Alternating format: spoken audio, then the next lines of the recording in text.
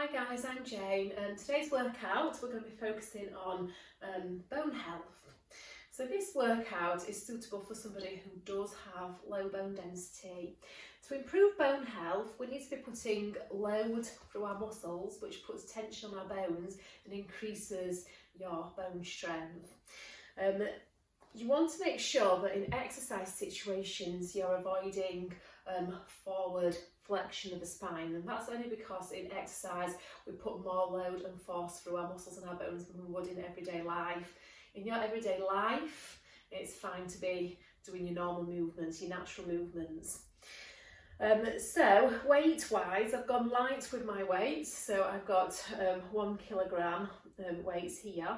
I won't ever go heavier than maybe 2 or 3, and the reason for that is we want to be able to keep good form with a lot of these exercises, and we're going to be putting a lot of load through the spine to increase the density of the bones in the spine.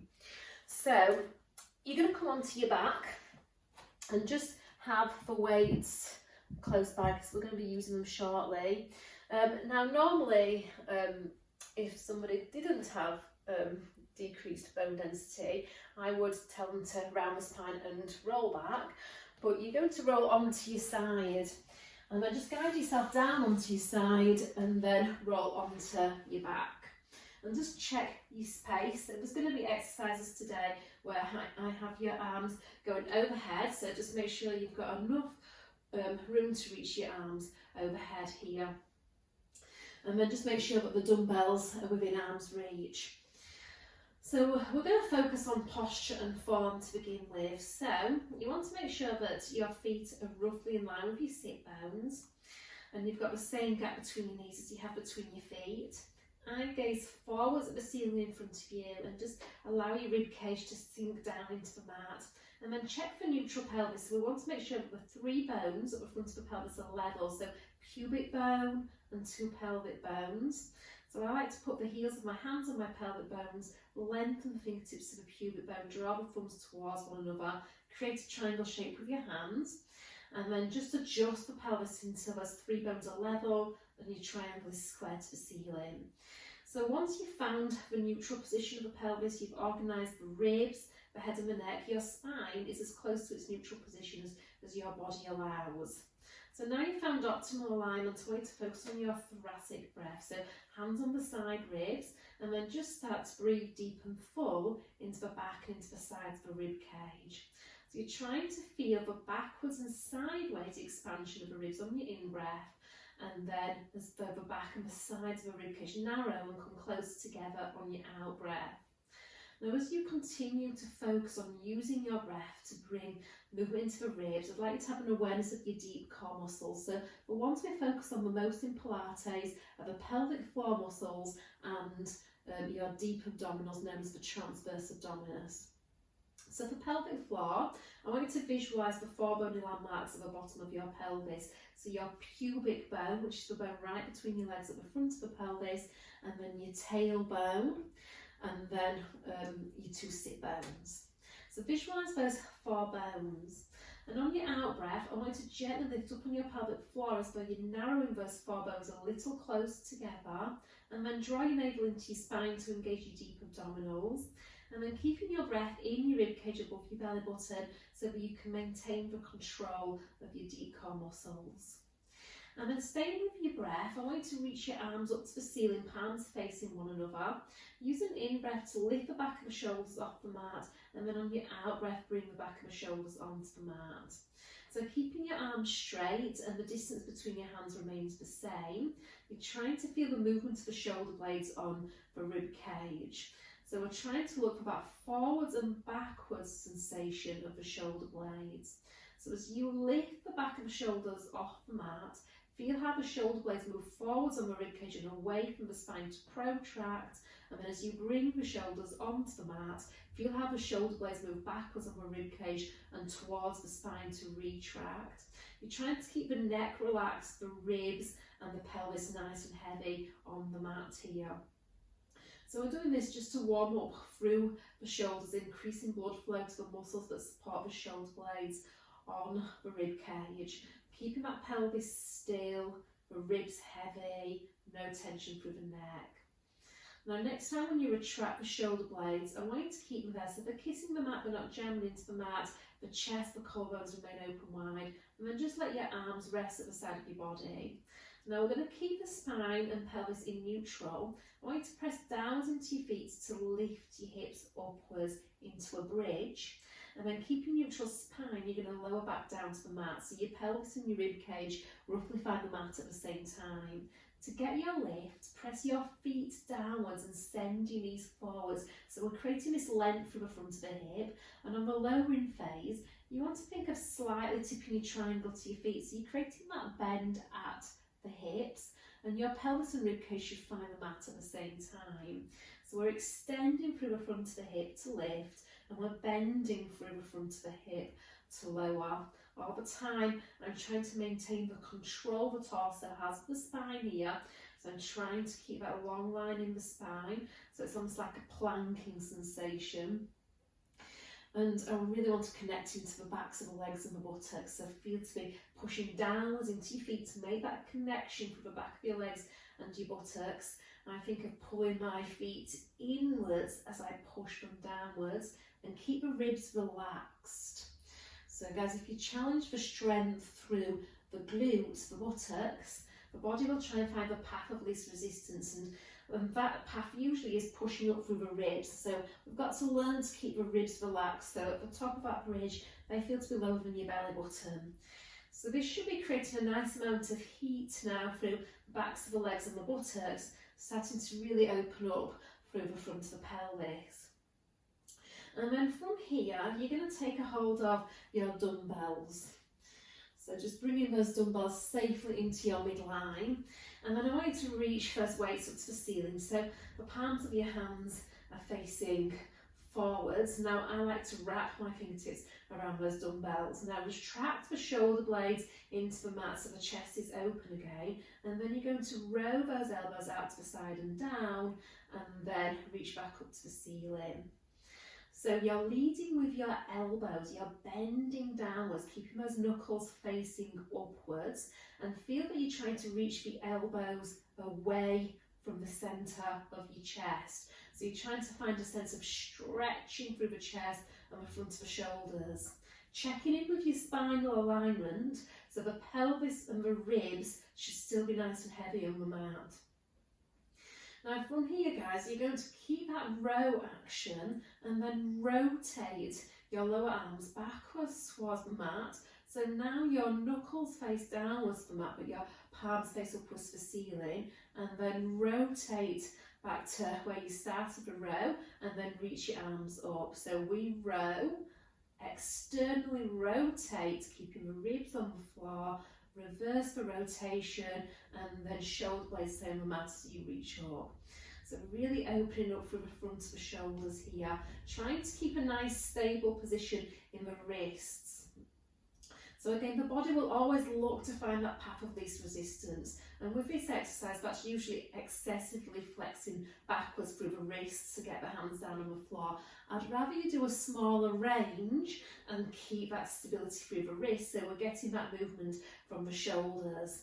Now we're going to start to add the hips into this on that next repetition. So on that row, you're going to lift the hips up in a straight line, and then we're going to externally rotate at the shoulders.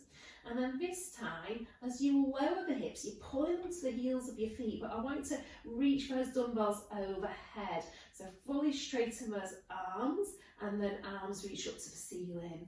So on that row, we lift the hips, then we externally rotate, holding the bridge, and then see if you can keep the elbows on the floor as long as you can as you extend the elbows.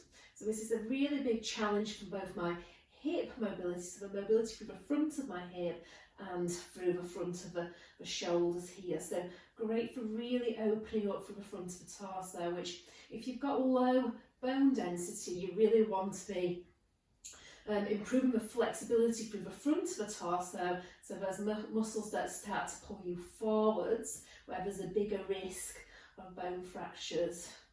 Okay, we're going to do this one more time. So this is our warm up, warming up for a more challenging aspect of the workout. And this time keeping the hips down. Bend the arms to bring those weights down, and then just roll to your side. Now, for the next exercise, I'm going to double my weights up. If you've got a selection of weights, you could go a little bit heavier, so maybe up to 2 kilograms with this. So for me, the setup is 90% of the exercise. So you want to make sure that heels, hips, bottom shoulder are all in one line, and then lift the waist and the ribs. So we're in that neutral spine and you're not letting gravity sink you down into the mat. So feeling long in the spine from the crown of the head to the tailbone. I want you to bend your elbow into your waist, wrist roughly in line with your elbow, so you feel that you've got a 90-degree bend at the elbow joint, and that top shoulder is reaching backwards. If there was a wall behind you, you'd be reaching the back of your shoulder into that imaginary wall. Now you're going to rotate your lower arm up to the ceiling again. Bicep turns up to the ceiling, knuckles do, and then slowly lower back down. So there's an exercise that we do in Pilates called the dumbwaiter, and the dumbwaiter is a strength exercise for the shoulder rotators, the external rotators of the shoulders. So this exercise is the sideways version of that. And because we're laying on our side, the challenge of gravity is greater to the lateral muscles of the shoulder, so it's making all those lateral muscles have to work harder. Still trying to keep the stability of the wrist here, elbows staying pinned on one spot, and trying to feel that the upper arm bone is spinning backwards in its socket. Now rotate and then extend up, and then re-bend, and then rotate down. So we're going to do that 3 more times. And the challenge on the elbow extension is to try and keep the external rotation at the shoulder, feeling that shoulder blade is nice and flat on the rib cage. Now we're going to keep the arm straight now, and then lower the weights to the hip, and then we're doing a lateral raise. So trying to keep that spinal alignment. And as I lift the weight up, I'm thinking of the shoulder blade drawing down the back of a rib cage. So that for me is where I'm visualising my lift is coming from. It's not the reality, but you want to feel that you're connecting your arm to your back and really engaging those side back muscles, the lateral muscles of the shoulder as you do this. And then this one is our last one, and then bend the elbow to lower the weight. And we're going to do that on the other side. So just flipping around and setting up. So heels, hips, shoulders roughly in line, finding that space in the waist, deep abdominals engaged, and we're going to start with the dumbwaiter exercise. So tailor your weight. The weight that you choose should be the weight that allows the alignment, so there's no sinking of the spine, that top shoulder is staying backwards, so it's not collapsing and going into internal rotation. We want to keep it back all the time, so that shoulder blade feels like it's drawing down the back of a rib cage, trying to keep that stability through the wrist as well, so I always have to keep checking in with that, and really trying to feel how the shoulder blade reacts to the movement of the upper arm bone. So the upper arm bone is turning backwards in its socket, the shoulder blade flattens forward onto the rib cage, and I'm keeping that shoulder blade down the back ribs. Now next time you rotate up, we're going to extend the elbow, keeping that sensation of the arm bone turning outwards, and then lower down. Still trying to keep that space in the waist, that long line in the spine from the head to the tailbone. Really focusing on shoulder position all the time. Next time when the arm is straight, we're going to do our lateral raises. So lowering down to the side of your body and then lifting back up. So I'm keeping that external rotation at the shoulder here, so that it keeps that chest nice and open, the collarbone wide. And I'm thinking of that shoulder blade drawing down the back of the rib cage, trying to release any tension through the neck. And this one is the last one, and then bringing those weights back down. So just pushing yourself up to a kneeling position now. So taking a hold of your weights. So I'm going to give you the side profile of this. We're going to do chest expansion. So arms are at the side of your body, palms are facing back. Now making sure that your hip position is lengthened like that shoulder bridge. So we want that pubic bone drawing up, the hips pushing forwards, chest and collarbones wide. You're going to press your arms backwards to the wall behind you and then bring your arms to the sides of your body again. Trying to keep the elbows nice and straight. Now checking that as your arms go back, your shoulders don't go into internal rotation. So focus on widening the chest, opening the collarbones as you do this. So the action of widening the collarbones sends the shoulder blades to where they need to be on the rib cage to get that deep middle back activation. Add the hip hinge, so body hinges forward as the arms go behind the spine, pushing the hips forward. So really focusing on keeping that straight line in the spine from the crown of the head to the tailbone, which takes a lot of control through your core. On that next one, we're going to hold that hip hinge, trying to keep the arms higher than the spine. Turn the palms in, bend the elbows, extend the elbows. So really working into the triceps. So this is a sequence I sometimes do with a band, and I also use this sequence in my bar classes. Again, the easy bit is straightening the elbows. The hard bit is keeping that good shoulder position when you do it. Now we're going to keep those elbows straight and then pulse up an inch, down an inch. So this becomes a lot of work through the upper arms, so those triceps are having to work, your back extensors are having to work, really having to keep that nice spinal alignment and that good shoulder position. Now we're going to keep the high pulse and then squeeze inwards now. So squeezing in, really working into your lats, your side back muscles and through that mid back. So think of trying to narrow the back of the rib cage and widen the front of the rib cage. Work on what you're trying to open at the front of the torso and close at the back of the torso. So we're going to do 5, 4, 3, 2, 1 and release. So just pop the weights down and then come into all fours. So it's a quadruped posture. And in your neutral spine, arms stay straight, spine stays straight. I want you to lower your chest bone and rib cage a couple of inches towards the mat to retract the shoulder blades. Lift the chest and the rib cage to protract the shoulder blades. So in your warm up, I took your awareness to the movement of the shoulder blades and how much range of motion you had here on the rib cage. So that backwards motion, that forwards motion of the shoulder blades on the ribs. This is a little bit more challenging in this position because you have more weight through your upper body here. So for me, the challenge is to make sure that the arms are staying straight, the spine is staying straight, and we're feeling that forwards and backwards motion of those shoulder blades. Now, if you can challenge it more, you're going to tuck your 10 toes under, hover the knees and do the same exercise. So we're putting more load through the upper body. So we're really strengthening our pushing muscles here. So every time you push down into your hands, can you widen those shoulder blades on the ribs? We're going to do 3 more. So 3 and 2 and 1. And then take those knees down and then just stretch out. So keeping a long spine, reaching your arms forward, shoulders staying back. Slide your hands in, lift your chest up, take the weight. Okay, so from here we're going to do an exercise called ITW. So holding those weights, shoulders are back, you're going to revisit that hip hinge. So really focus on keeping those ribs pulled in but without rounding the spine to do it.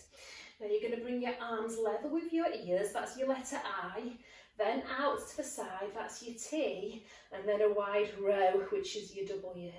So we go I and T and W.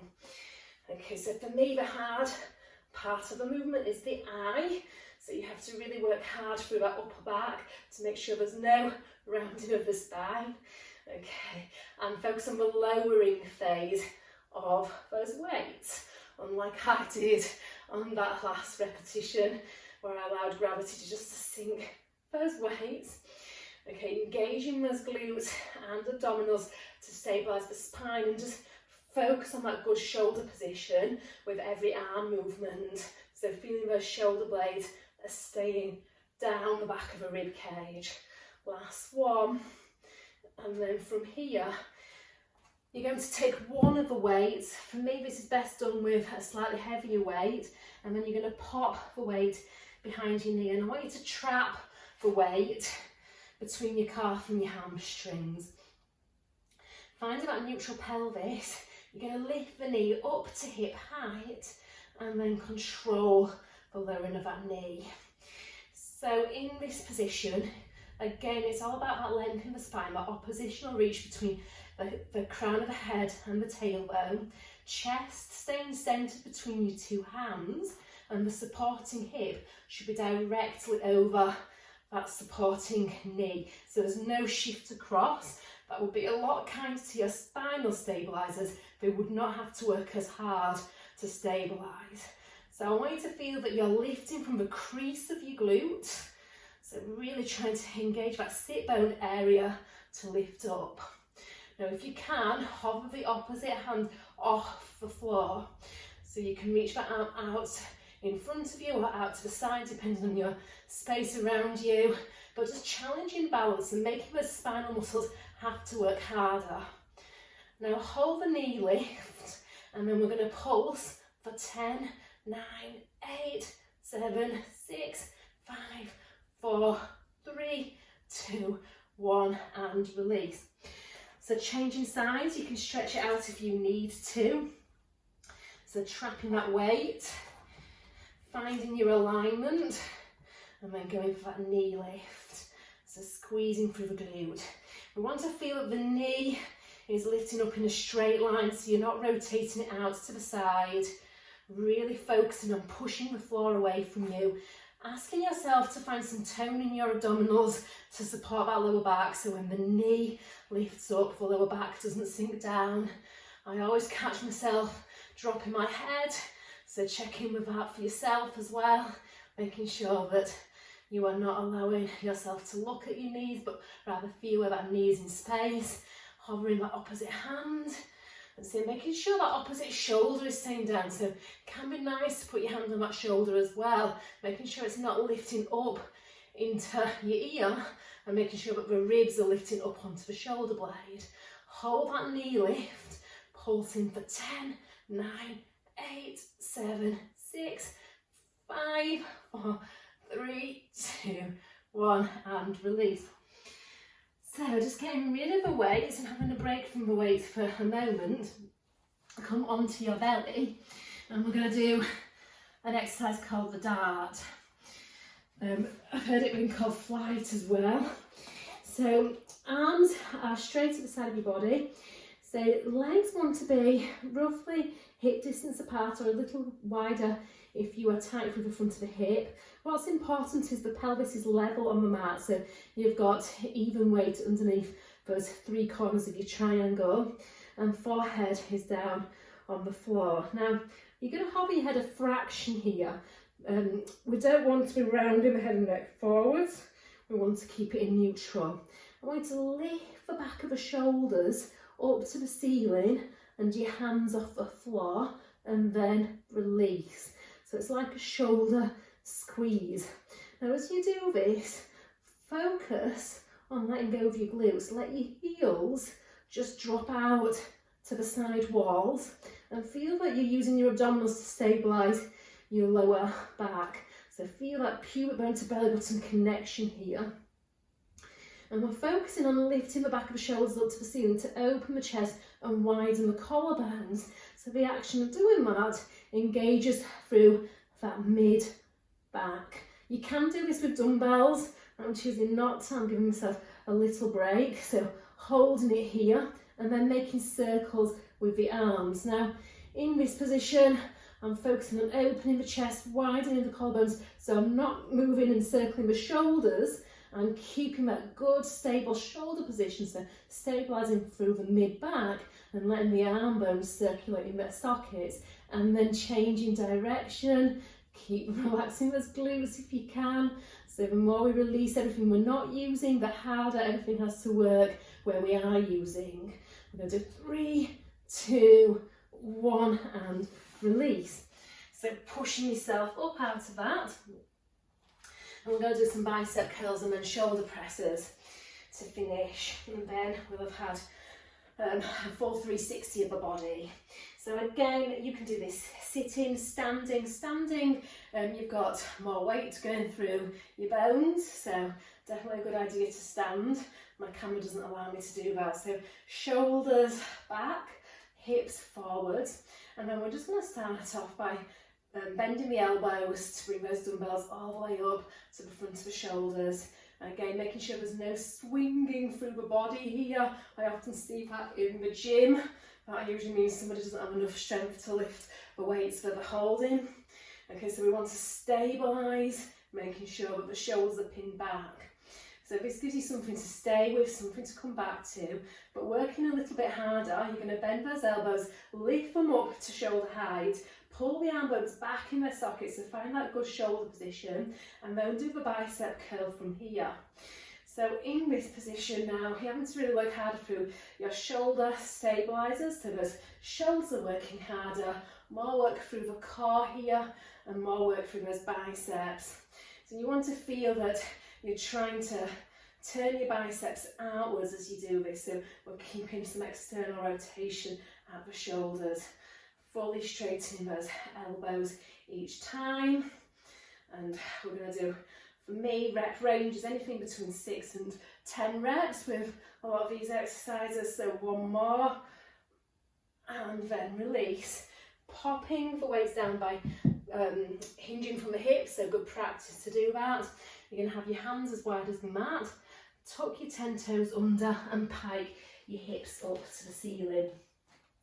So bottom lifts up to the sky here.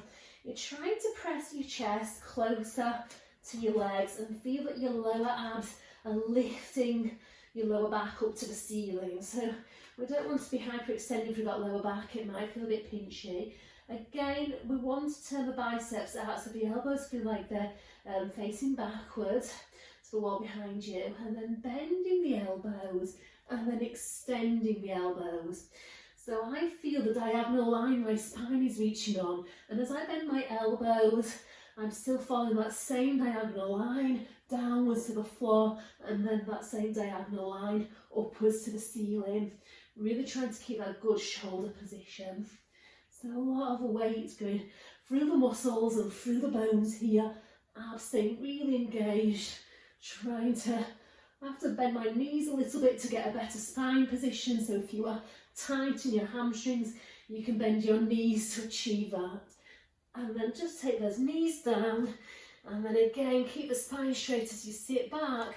And then we're going to finish off with a chest stretch. So opening the chest, widening the collarbones, really stretching through the front of the torso. Well done, everybody.